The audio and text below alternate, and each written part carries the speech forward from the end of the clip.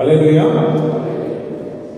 परमेश्वर का धन्यवाद हो प्रियो. आज ख्रिस्त जन्मदिनापूर्वीचा तिसरा रविवार आहे आणि आजचा विषय आहे देव पवित्र बायबलद्वारे आपल्याला उत्तेजन व आशा देतो. Through the Holi scriptures God gives us encouragement and hope. परमेश्वर अपने पवित्र शास्त्र के कलाम के द्वारा हमें प्रोत्साहन और आशा देता है.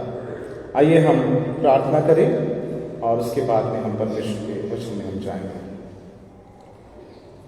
सर्वशक्तिमान जीवते परमेश्वर यहोवा, हम आपको धन्यवाद देते हैं, आपके नाम की स्तुति महिमा करते हैं. श्री राजा, इस समय जो आपके पाक कलाम को पढ़ा गया है प्रभु श्री, उसमें मनन करते समय अपने पवित्र आत्मा के प्रेरणा हमें दीजिए.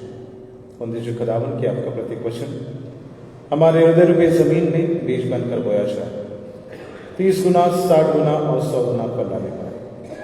यीशु नासरी के नाम से मांगते हैं, सुने उससे बड़ी दया से प्रेम कीजिए.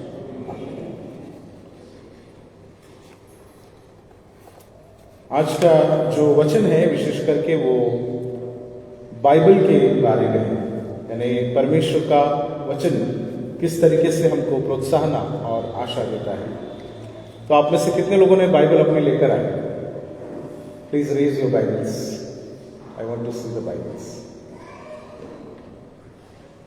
बाइबल दिखाना है, सॉन्ग बुक नहीं, ठीक है? क्योंकि आज का जो वचन है हम लोग केवल बाइबल पर जो आधारित आज का विषय है और इसलिए हम इस पे मनन करेंगे. बहुत सारे चर्चेस में जो सेकेंड एडवांट जो संडे होता है या जो आज का दिन होता है around the world, the second Sunday is celebrated as Bible Sunday. आज का जो दिन है उसको हम लोग बाइबल संडे के रूप में भी हम लोग मनाते हैं. इसलिए आज का जो हमारा फोकस रहेगा सरमन का, that will be completely on the Bible. वो बाइबल के ऊपर में ही रहेगा. फर्ज कीजिए कि अगर ये बाइबल हमारे पास नहीं होती, अगर आज हमारे पास में ये बाइबल उपलब्ध नहीं होती तो क्या होता? अगर नहीं होती तो क्या होता? हाँ? हम परमेश्वर को जान नहीं पाते, अंधकार होता और हमको कोई भी गलत शिक्षा दे सकता था. क्योंकि अगर बाइबल आज हमारे पास नहीं होता तो हमको कैसे पता चलता कि इस संसार को किसने बनाया? Who has created this world? हम लोग नहीं तो फिर वही जो थ्योरी है ना, इवोल्यूशन थ्योरी पर या दूसरी थ्योरी पर हम लोग भरोसा करते हैं. अगर बाइबल नहीं होता तो हमको संसार को किसने बनाया हम नहीं जान पाते. मूसा के कानून को हम जान नहीं पाते. 10 आज्ञाओं के बारे में हमें पता नहीं चलता. और हर किसी को जो मुंह पाठ रहता है भजन संहिता कौन था 23 हमको नहीं पता होता. या दानियल को किस प्रकार से सिंह की मान में डाला गया ये हम नहीं जान पाते. या प्रभु यीशु मसीह का जन्म बेथलेहम में हुआ और उसकी जो शिक्षाएं हैं वो हम नहीं जान पाते. कैसे प्रभु यीशु मसीह ने अपना बलिदान किया, कैसे वो हमारे लिए क्रूस पर मारे गए, और इसके बारे में हम जान नहीं पाते. प्रियो, अगर आज हमारे पास में पवित्र शास्त्र नहीं होता तो हम शायद परमेश्वर के बारे में, प्रभु यीशु मसीह के बारे में, हमारे खुद के अस्तित्व के बारे में भी हम जान नहीं पाते. इसलिए परमेश्वर ने अपने कलाम को हमारे लिए भेजा. Jesus was the living word, लेकिन उसके साथ साथ ये जो रिटन स्क्रिप्चर्स है, जो लिखा हुआ कलाम है, ये भी बहुत महत्वपूर्ण है. किसी ने इस प्रकार से कहा कि Bible is more advance than tomorrow's newspaper. जो बाइबल है वो कल निकलने वाले अखबार से भी ज्यादा एडवांस है, क्योंकि इसमें आने वाली घटनाओं का भी जिक्र किया गया है. भविष्यवाणियां की गई है जो पवित्र कलाम में दी गई है. परमेश्वर के वचन में यह भी लिखा है कि एक दिन रोटी का अकाल नहीं होगा, परंतु अकाल किस चीज का होगा? किस चीज का होगा? अकाल आने के पहले किसी के हाथ में बाइबल नहीं है, कुछ लोग के हाथ में, तो अकाल आने के पहले पकड़ लीजिए, क्योंकि ऐसा समय आएगा कि जब परमेश्वर का वचन का अकाल पड़ेगा। इसलिए हमको उसके वचनों को पढ़ना है, उसके वचनों को समझना है, मनन करना है और अपने अंतरात्मा में उसे बसा लेना बहुत जरूरी है। क्योंकि जो विषय हम लोग आज देख रहे हैं कहता है कि परमेश्वर अपने पवित्र कलाम के द्वारा हमें प्रोत्साहन और आशा देते हैं। जब भी हम बाइबल पढ़ते हैं हमको उसके द्वारा एक नया ऊर्जा या नई स्फूर्ति आपको प्राप्त होगी। जो आज हम लोगों ने 3 शास्त्र पाठ पढ़े हैं, यशायाह उसका 40 अध्याय 1 से लेकर 8 वचन जो हमने पहला पढ़ा है, उसमें हम लोग देखते हैं कि जो घास है वो सूख जाती है और जो फूल है वो मुरझा जाते हैं। प्रतिदिन हम लोग इस अनुभव को हम देख पाते हैं कि घास भी सूख जाती है और फूल भी मुरझा जाता है, लेकिन जो परमेश्वर का वचन है वो सदा अटल रहेगा या बना रहेगा। मराठीमध्ये काय लिहिलेलं आहे? गवत सुकते आणि फूल कोमसते। हाँ, क्योंकि परमेश्वर का जो वचन है वो सदा अटल रहेगा, वो टलने वाला नहीं है। इंसान खत्म हो जाएगा। और यहां पर जो घास और फूल किसको कहा गया है? 7वें वचन हम लोग पढ़ते, वहां लिखा है जब यहोवा की सांस उस पर चलती है तब घास सूख जाती है और फूल मुरझा जाता है। और ये घास और फूल किसको कहा गया? आगे लिखा है निस्संदेह प्रजा घास है। किसके बारे में कहा गया? ये हमारे बारे में कहा गया, लोगों के बारे में कहा गया। हमारा लाइफ भी घास और फूल की तरह है जो थोड़े दिनों का है। हम कुछ पलों के लिए, कुछ सालों के लिए, कुछ वर्षों के लिए इस संसार में आए हैं और हमारी आयु कुछ दिन तक ही है। हम यहां से निकल जाएंगे, लेकिन परमेश्वर का वचन सदा बना रहेगा। यूहन्ना में भी हम लोग पढ़ते हैं कि आदि में वचन था और वचन परमेश्वर के साथ था और वचन ही परमेश्वर था। वचन सदा बना रहेगा। आकाश और पृथ्वी टल जाएंगे, लेकिन परमेश्वर का वचन सदा बना रहेगा। इसलिए हमको इस वचन पर मनन करना है। हमारा जो विश्वास है वो हम इस बाइबल के द्वारा हम पाते हैं। प्रभु का कलाम कहता है कि जो विश्वास है वो सुनने के द्वारा आता है। और क्या सुनने के द्वारा आता है? Red FM. क्या सुनने के द्वारा आता है? परमेश्वर का कलाम सुनने के द्वारा विश्वास हमें होता है प्रियो। और उसके वचन को सुनना, समझना बेहद जरूरी है। दूसरा शास्त्र पाठ जो हमने पढ़ा है रोमियो की पत्री उसका 15 अध्याय उसका 4था वचन में भी लिखा है कि जितनी बातें पहले से लिखी गई है वे हमारी ही शिक्षा के लिए लिखी गई है कि हम धीरज और पवित्र शास्त्र के प्रोत्साहन द्वारा आशा रखें। और परमेश्वर हमें वचनों के द्वारा प्रतिदिन नई आशा, नई ऊर्जा और नई स्फूर्ति प्रभु हमें प्रदान करता है। उसके बाद में जो तीसरा शास्त्र पाठ हमने पढ़ा लूका उसका 4था अध्याय 16 से 21वें वचन में हम लोग यहाँ पर देखते हैं कि प्रभु यीशु मसीह नासरत में आए और वहां पर वो आराधनालय में गए और उन्होंने यशायाह नबी की पुस्तक को खोला। यशायाह नबी की पुस्तक उसका 61वां अध्याय को खोला और पहले वचन से उन्होंने पढ़ना शुरू किया कि प्रभु का आत्मा मुझ पर है, इसलिए कि उसने कंगालों को सुसमाचार सुनाने के लिए मेरा अभिषेक किया है और मुझे इसलिए भेजा है कि बंदियों को छुटकारे का, अंधों को दृष्टि पाने का सुसमाचार प्रचार करूं और कुचले हुओं को छुड़ाऊं और प्रभु के प्रसन्न रहने के वर्ष का प्रचार करूं। प्रभु यीशु मसीह ने जो उस दिन वचन पढ़ा उसको हम लोग थियोलॉजिकल लैंग्वेज में हम उसे नाजरेथ मैनिफेस्टो करके कहते हैं। नाजरेथ मैनिफेस्टो करके हम उसको थियोलॉजिकल भाषा में कहते हैं। मैनिफेस्टो को क्या होता है समझते हैं आप लोग? मैनिफेस्टो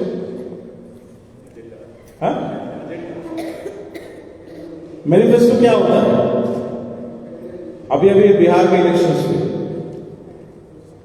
मैनिफेस्टो कब दिया जाता है? चुनाव का घोषणा पत्र, चुनाव का घोषणा पत्र जो है नाजरेथ मैनिफेस्टो। ज्यादातर संसार में हम लोग देखते हैं जो पॉलिटिकल पार्टीज है वो मैनिफेस्टो बनाती है कि अगर हमारी सरकार आएगी तो हम ऐसा करेंगे, हम वादा करते हैं कि हम आपको इतना इतना देंगे, लाडली बहन योजना या दूसरा कुछ। हम लोग उसमें वो मैनिफेस्टो में हम देखते हैं कि अगर हमारा गवर्नमेंट आएगा तो हम क्या क्या करने वाले हैं। आजकल चर्चेस में भी मैनिफेस्टो बनते हैं कि अगर हमारी पार्टी आएगी तो हम क्या करेंगे।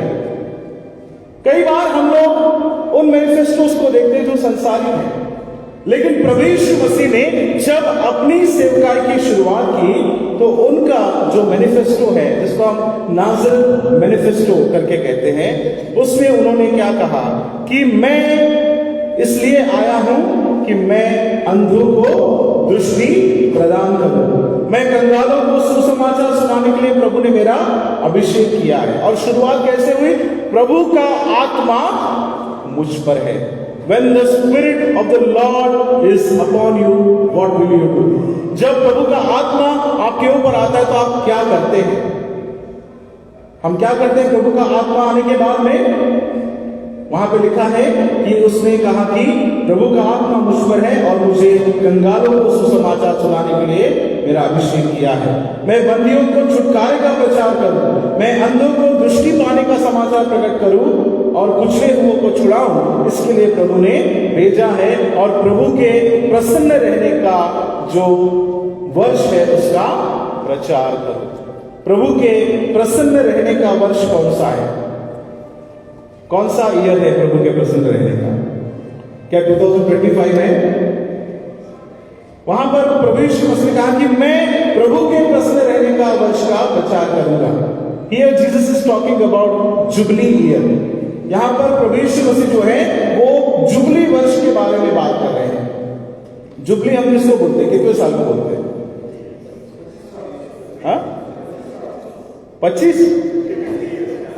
50 साल है ना। जुबली जो ईयर होता है 50th ईयर। कुछ साल पहले हम लोगों ने सीएनआई की गोल्डन जुबली मनाई। जुबली ईयर जो है 50th ईयर, अगर हम लोग इसके बारे में पढ़ते हैं, लेवी व्यवस्था उसका 25वां अध्याय उसका 10वां उसमें लिखा है कि तुमको जुबली वर्ष को मनाना है।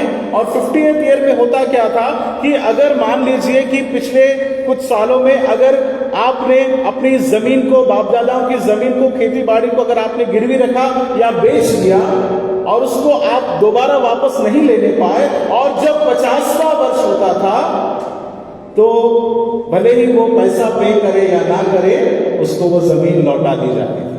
हम लोग पढ़ेंगे उसको। लेवी व्यवस्था 25 अध्याय, लेवी व्यवस्था 25 अध्याय 10वां उसको पढ़ेंगे हम लोग। निकालिए कोई।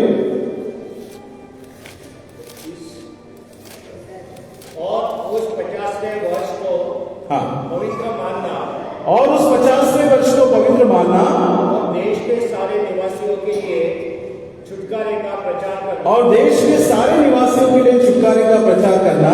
वह वर्ष तुम्हारे यहाँ जुबली कहलाए, वह वर्ष तुम्हारे यहाँ जुबली कहलाए। इसमें तुम अपनी निज भूमि अपने घराने में लौटने पाओगे, और उसमें तुम अपनी निज भूमि और अपने अपने घराने में लौटने पाओगे। ये जो 50वां वर्ष होता था, इसमें लोग वापस लौट कर आ सकते थे अपने अपने घर को।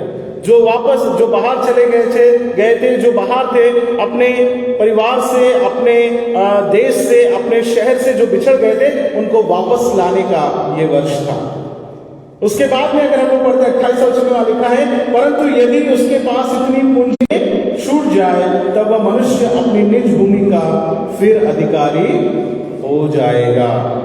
यानी अगर कोई छुड़ा सके तो ठीक है, नहीं भी छुड़ा पाए तो 50th ईयर में उसको अपना जमीन उसको वापस मिल जाता था।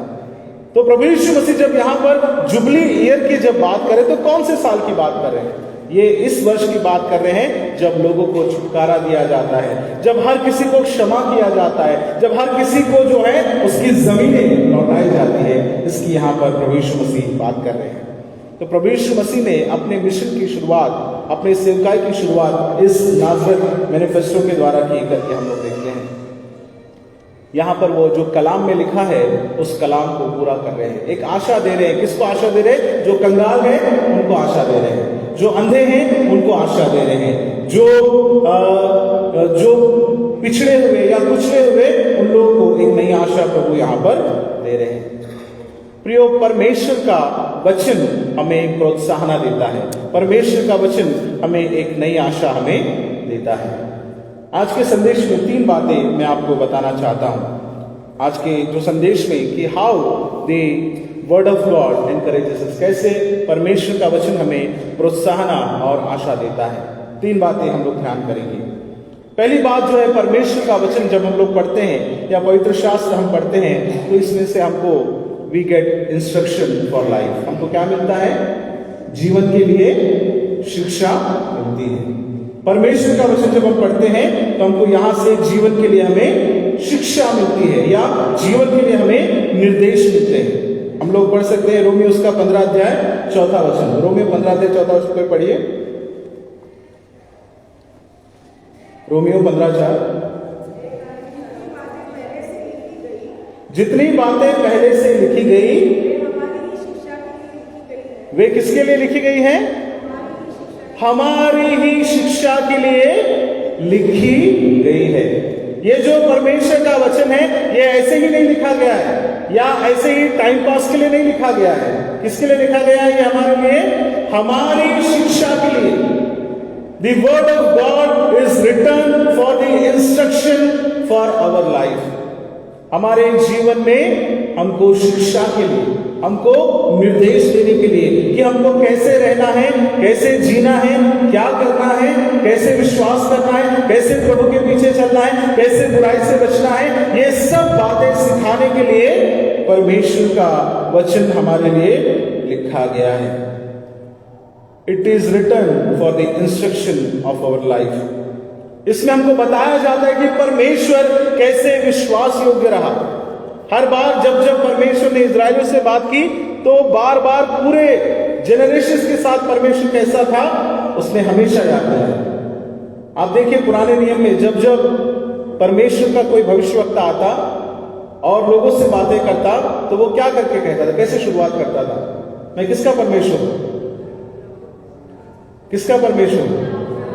मैं अब्राहम का परमेश्वर हूं, मैं इसहाक का परमेश्वर हूं, मैं याकूब का परमेश्वर हूं। हर बार खुदा का कलाम याद दिलाता है कि कैसे वो विश्वास योग्य रहा। अब्राहम के साथ विश्वास योग्य रहा, याकूब के साथ रहा और इसहाक के साथ रहा, उसके बाद इजराइलियों के साथ रहा और आज हमारे साथ भी परमेश्वर विश्वास योग्य है। God is taking the names, He is reminding, हमेशा वो हमें याद दिलाता है कि कैसे प्रभु ने कई वंशों से वंशावली को याद दिला दिलाकर प्रभु कहता है कि मैं कैसे तुम्हारे साथ में रहा, तेरे बाप दादाओं के साथ रहा, मैं तेरे साथ में भी रहूंगा करके उसका वचन हमसे वादा करता है। प्रियो, इसलिए इस प्रभु के कलाम को पढ़ना जरूरी है। ये हमको इंस्ट्रक्शन देता है, ये हमको सिखाता है कि हमको कैसे रहना है, हमारा जीवन कैसे बेहतर बन सकता है, ये हमें परमेश्वर का वचन में सिखाता है। जब हम इसको पढ़ते हैं तो हम तृप्त हो जाते हैं। एक जगह पर वचन इस प्रकार से लिखा है कि परमेश्वर का वचन कैसा है? मधु से भी मीठा है। जो मधु है या शहद है उससे भी ज्यादा मीठा है। शहद आप लोगों ने टेस्ट किया है कभी? कोई है जिसने नहीं किया टेस्ट? आजकल मिलावटी वाला भी आता है, लेकिन जो असली शहद होता है उसकी जो स्वीटनेस है वचन कहता है कि परमेश्वर का जो कलाम है, खुदा बाप का कलाम, उस शहद से भी ज्यादा मीठा है, उस शहद से भी ज्यादा मीठा है। जब हम इसे पढ़ते हैं हम तृप्त हो जाते हैं। कई बार जब हम लोग बहुत निराश हो जाते हैं, हम लोग क्या करते हैं, हम लोग बाइबल खोलकर हम पढ़ने लगते हैं। हमको क्या लगता है जब बाइबल पढ़ते हैं तो जितने भी बार आप खोलोगे, हमको क्या लगता है कि ये वचन हमारे लिए लिखा गया, ये वचन हमसे बातें कर रहा है। हमको लगता है कि जब हम निराश है, चिंतित है, तकलीफ में, हमको लगता है कि ये प्रभु का वचन हमें कुछ सिखा रहा है।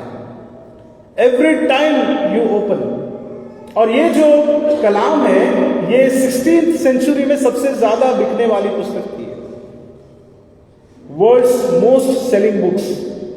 आज भी जो है पूरे संसार में सबसे ज्यादा ट्रांसलेटेड, सबसे ज्यादा जिसका अनुवाद किया गया, सबसे ज्यादा जिसे बेचा गया, सबसे ज्यादा लोगों के हाथों में पहुंची है, वो है केवल पवित्र शास्त्र बाइबल।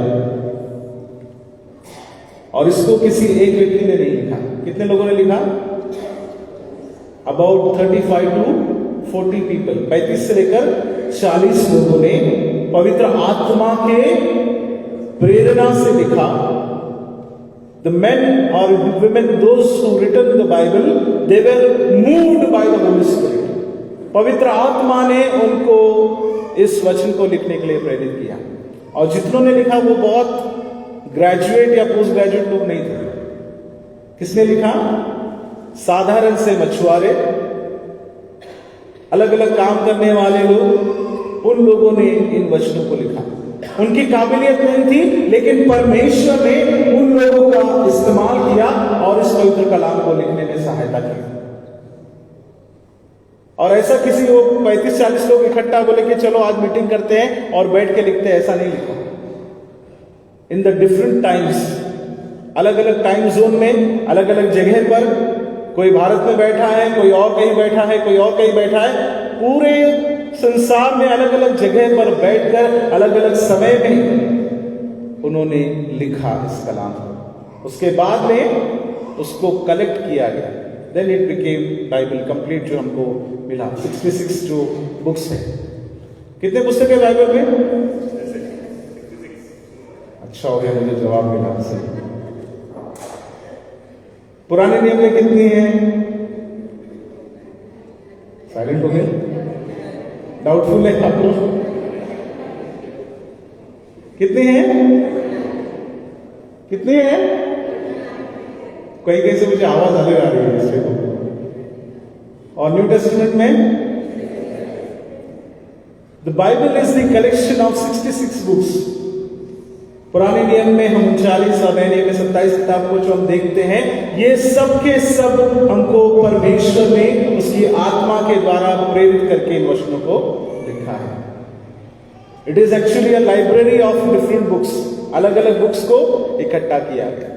लेकिन अगर इसके बारे में हम देखते हैं बाइबल में या पूरी पुस्तकों को देखते हैं, तो कहीं पर भी डिफरेंस हमको दिखाई नहीं देता। एक प्रकार का क्या बोलते हैं उसमें हम लोग, यूनिटी हमको दिखाई देती है। जो उत्पत्ति में लिखा है उसका रेफरेंस हमको प्रकाशित वाक्य में मिलता है, जो प्रकाशित वाक्य में लिखा है उसके बारे में हमको भजन संहिता में मिलता है, उसके अलावा दानियल में मिलता है। तो हर एक का एक हार्मनी हमको दिखाई देती है वहां पर, एक प्रकार की एकता या यूनिटी हमको वहां पर दिखाई देती है। हालांकि अलग अलग समय पर अलग अलग लोगों ने लिखा है, अलग अलग तरीके से लिखा है। That is why this Bible is very special.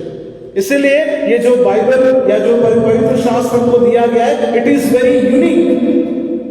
इसलिए इसको पढ़ना बहुत जरूरी है, इसको कैरी करना बहुत जरूरी है। मैं इसलिए बार बार आप लोगों को बताता हूँ, बाइबल लेकर आए क्या, बार बार सवाल पूछता हूँ, बाइबल लेकर आए क्या। 1-2 संडे के गैप में पूछते रहता हूँ आप, और आगे भी पूछते रहूंगा जब तक सबको आदत ना हो जाए कि बाइबल लेकर आए। प्रियो, परमेश्वर का वचन हमको क्यों दिया गया है? Number 1, for the instruction of life. हमारे जीवन में निर्देश देने के लिए हमको परमेश्वर का कलाम हमको दिया गया है। दूसरा कारण कि परमेश्वर का जो कलाम है कैसे हमको प्रोत्साहन, देव पवित्र बाइबल द्वारा आपल्याला उत्तेजन व आशा देतो। किस तरीके से देता है? By giving instruction for life. हमको जीवन में निर्देश देने के द्वारा हमें प्रोत्साहन और आशा देता है। दूसरी बात, it gives us endurance through trials. It gives us endurance through trials. ये हमें परख के समय में हमें सहनशीलता सिखाता है। परमेश्वर का वचन हमें परख के समय में क्या सिखाता है? सहनशीलता सिखाता है। संकट में, परीक्षा में, तकलीफ में यह हमें प्रोत्साहित करता है, हमें धीरज धरना सिखाता है। इसी वचन को जो हम लोग पढ़ते वहां लिखा है 15 अध्याय रोमी 15 अध्याय 14 वचन में ही हम लोग देखते हैं, वहां लिखा है जितनी बातें पहले से लिखी गई है वे हमारी शिक्षा के लिए लिखी गई है, for the instruction of life. और लिखा है कि हम धीरज और पवित्र शास्त्र के प्रोत्साहन द्वारा आशा रखें। इट गिव्स अस धीरज। धीरज मतलब एंड्योरेंस, हमको सहनशील रहना सिखाता है। परमेश्वर का वचन हमें सहनशील रहना सिखाता है। प्रभु यीशु मसीह जब इस संसार में थे तो उन्होंने क्या कहा कि अगर कोई तुम्हारे एक गाल पर थप्पड़ मारे तो उसके दोनों गाल पे बजा देना है। आप लोगों का ध्यान दें तरफ, अगर कोई तुम्हारे एक गाल पर थप्पड़ मारे तो क्या करना है? दूसरा गाल आगे करना। सहनशीलता का उदाहरण। प्रभु यीशु मसीह को जब क्रूस पर चढ़ाया गया, लोग उनके मुंह पर थूक रहे थे, उनको मार रहे थे, पीट रहे थे, उनके साथ में बुरा व्यवहार कर रहे थे, और क्रूस से पहली वाणी ये आई कि हे पिता इन्हें क्षमा कर, क्योंकि ये जानते नहीं क्या करे। सहनशीलता का उदाहरण। लोगों ने शद्रक, मेशक, अबेदनगो को उठाकर आग की भट्टी में डाल दिया, फिर भी अपने विश्वास से वो डगमगाए नहीं। सहनशीलता का उदाहरण। अब्राहम, परमेश्वर ने बोला कि छोड़कर जा अपने देश को, अपने लोगों को छोड़कर एक ऐसी जगह जा जहां पर मैं तुझे दिखाऊंगा, मैं तेरे वंशावली को कैसे बनाऊंगा, आसमान के तारों की तरह और रेत के किनकों के समान में बनाऊंगा। फिर भी 100 साल हो गए और संतान नहीं हुई। सहनशीलता का उदाहरण। परमेश्वर का वचन हमें सहनशील रहना सिखाता है, धीरज धरना सिखाता है कि कितना ही कठिन परिस्थितियां क्यों ना हो, कितनी ही परीक्षाएं हमारे जीवन में क्यों ना आए, हम सहनशील रहें। अय्यूब के जीवन में हम देखते हैं, उसके बच्चे खत्म हो गए, उसका सारा संपत्ति खत्म हो गया, गाय, भेड़, बकरियां सब मर गई। यहां तक कि जो प्रॉमिस करते हैं यहां पर साथ में खड़े रहकर वेदी के सामने, सुख में और दुख में, है ना, उस पत्नी ने भी क्या बोला? क्या बोला कि तू प्रभु को कोस कर तू मर जा, मैं तो चली अपने मायके, निकल ली हो गई। उसके बावजूद भी अय्यूब का शरीर जो है वो फोड़ों से भर गया, राख की ढेर पर बैठकर खुजाने लगा, उसके बावजूद भी वो प्रभु के साथ में रहता। सहनशीलता का उदाहरण। दानियल को सिंह की मान में डाला गया,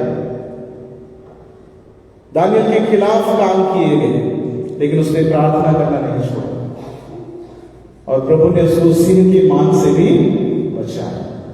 सहनशीलता का उदाहरण। ऐसे मैं आपके सामने बहुत सारे रख सकता हूं। परमेश्वर के वचन में बहुत सारे उदाहरण हैं जो सहनशील थे। उनके जीवन में कितनी ही तकलीफें क्यों ना आई, बट वो लोग हमेशा सहनशील रहे। संकट के समय में वो प्रभु का दामन थाम के थे। प्रियो, जब हम इस पवित्र कलाम को पढ़ते हैं, इस पवित्र शास्त्र को पढ़ते हैं, हर उदाहरण हमें सहनशील रहना सिखाता है। That is why scripture is very much important. प्रभु का वचन हमारे जीवन के लिए बहुत जरूरी है। 3 बातें मैं आपको आज बता रहा हूं। पहली बात जो है कि प्रभु का वचन हमें इंस्ट्रक्शन देता है, इंस्ट्रक्शन फॉर लाइफ। इंस्ट्रक्शन देने के द्वारा, निर्देश देने के द्वारा हमारे जीवन में वो हमें प्रोत्साहित करता है और आशा देता है। दूसरी बात, प्रभु का जो वचन है हमें संकट के समय में, परख के समय में सहनशील रहना सिखाने के द्वारा हमें प्रोत्साहित करता है और आशा देता है। उसके बाद में तीसरी और अंतिम बात, द वर्ड ऑफ गॉड हमको it encourages us for the journey of life. यह हमें जीवन की यात्रा में प्रोत्साहन देता है।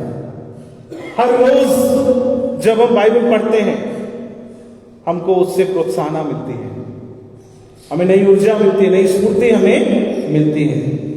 Scripture directly talks to us. जब हम वचन पढ़ते हैं तो वो वचन हमसे बातें करता है। इसमें कोई भी, यानी अगर कोई भी वस्तु आप खरीदते हैं संसार में तो उसका कितने दिन तक वो वस्तु बनी रहती है? कोई भी सामान अगर आप खरीदते हैं, पिछले संडे हार्वेस्ट था, बहुत से लोगों ने खरीदा, बहुत कुछ खरीदा, उसमें से मुझे लगता है जो खाने की चीजें वो तो खत्म हो गई है ना, बनी रहेगी, वो आखिरी तक नहीं रहने वाली। प्रियो, जो भी वस्तु हम मार्केट से खरीदते कितने दिन तक वो रह सकती है? चाहे वो कोई गैजेट ही क्यों हो, कितना दिन तक रहेगा? 1 साल, 2 साल, 3 साल, 5 साल, 10 साल, उसके बाद पुराना होने लगता है, उसका इफेक्ट खत्म होने लगता है। लेकिन एक पवित्र कलाम है, पवित्र शास्त्र है, कितने साल हो गए अभी इसको लिखकर? कितने साल हो गए? कंप्लीट बाइबल हमारे हाथ में आने के लिए कम से कम 2000 साल के ऊपर हो चुके हैं। 2000 ईयर के बाद में भी ये उतना ही प्रभावशाली है। इसके इफेक्ट में कोई कमी नहीं आई है क्या? नहीं है। ये उतना ही पावरफुल है जो पहली सदी में था, ये उतना ही पावरफुल है जो आज है, और आने वाले 2000 साल के बाद भी उतना ही पावरफुल रहेगा। आमीन। परमेश्वर के वचन में वो सामर्थ है। हमारे बाप दादा ने भी सुना, अगर आप यहाँ पर बहुत क्रिश्चियंस हैं, अगर आपके बाप दादा यहाँ पे मसीह थे तो उन्होंने भी इसी बाइबल में से सुना। हम भी उसमें से सुनते आ रहे, हमारे बच्चे भी उसमें से ही सुनेंगे। और हर बार हर एक सेवक ने जब जब बताया हमको वो नया ही लगा, भले हमने उसको कितने ही बार में पढ़ा, हर बार एक नए दृष्टिकोण से, हर बार एक नए मीनिंग के द्वारा परमेश्वर का वचन हमारे सामने रखा गया। प्रभु का कलाम हमें जीवन की यात्रा में प्रोत्साहन देता है। जब हम निराश होते हैं वो हमें नई आशा देता है। जब हम तकलीफ में होते हैं, वो जब हमारे दिल में जख्म होते हैं वो हमें मरहम का काम देता है। प्रियो, जब हम खुश होते हैं तो वो और हमें एनकरेज करता है। परमेश्वर का प्रत्येक कलाम, scripture directly delivers encouragement and revitalises our spirit and motivates us to press on. हमको और आगे बढ़ने के लिए हमें प्रोत्साहित करता है परमेश्वर का वचन। भजन संहिता उसका 119वां अध्याय और 105 वचन में क्या लिखा हुआ है? किसी को याद है? भजन संहिता 119, 105। यस, आप बोल रहे हैं।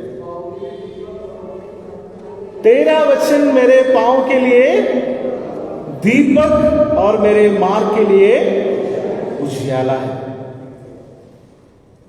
Thy word is a light unto my path.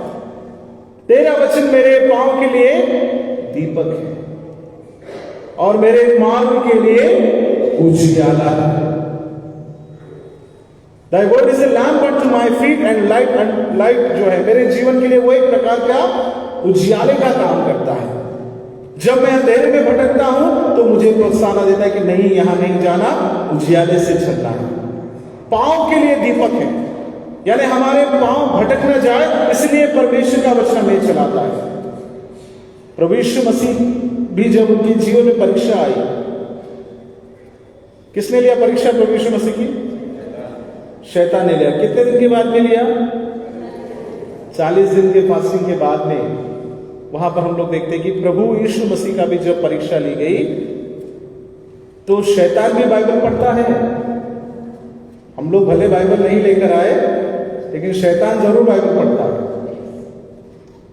वहां पर क्या लिखा है कि शैतान ने भी परमेश्वर के वचन का इस्तेमाल किया। लिखा है, उसने कहा कि लिखा है कि तू अगर अपने आप को यहां से गिरा दे तो उसके दूत तुझे हाथों हाथ उठा लेंगे। उसने कहा, कहां से कहा? हमसे अच्छा है नहीं शैतान, कम से कम बाइबल तो पढ़ता है। लिखा है, भजन संहिता 91 से कहता है, वो लिखा है कि तू जब करेगा तो तुझे स्वर्गदूत हाथों हाथ उठा लेंगे। प्रभु यीशु मसीह को और उनसे अच्छा ज्ञात है। प्रभु यीशु मसीह ने कहा कि ठीक है, ये लिखा है, अच्छी बात है, पर ये भी लिखा है। शैतान जब हमारी परीक्षा लेता है तो कहता है लिखा है, तो हमको इतना बाइबल समझ में आना चाहिए कि हम उसको बोले कि ये भी लिखा है। क्या लिखा है? कि तू अपने परमेश्वर की परीक्षा ना लेना, ये भी लिखा है।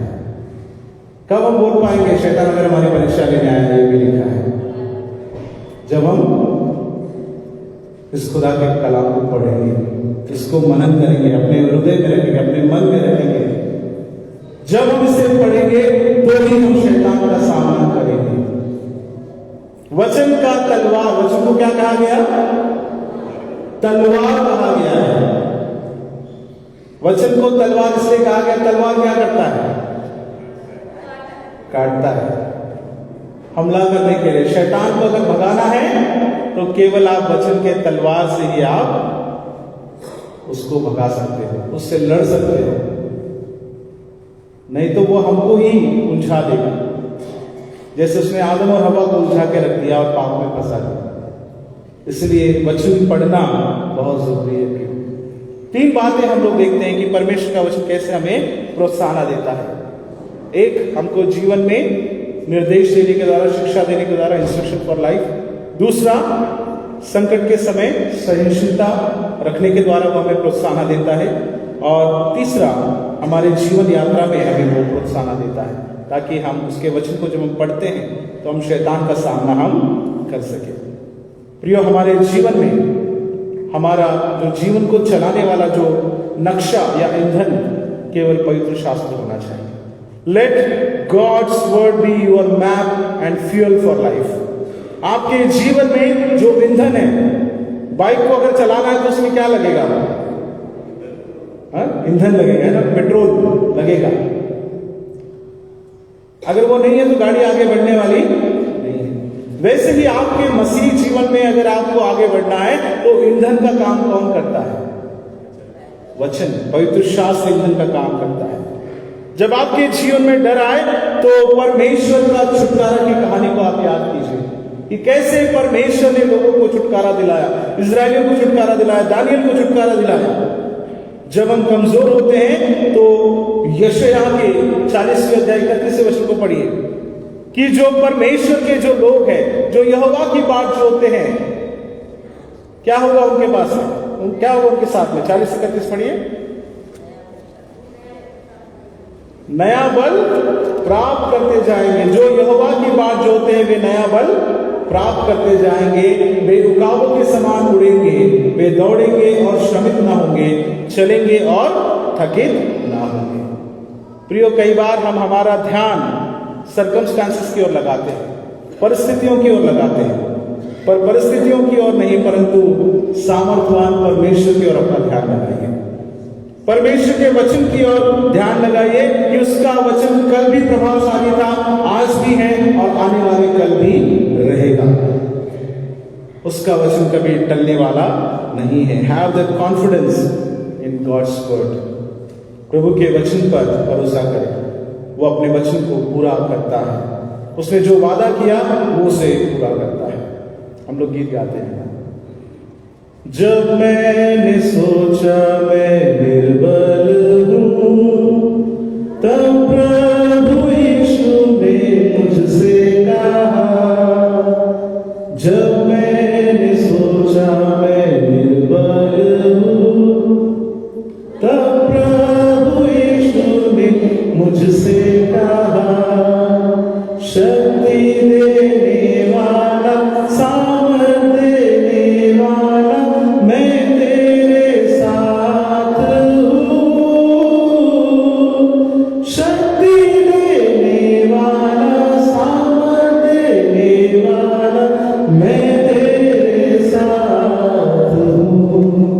जब मैंने सोचा ये असंभव है, तब उसने कहा असंभव को संभव करने वाला मैं तेरे साथ हूं। कहां पे लिखा है?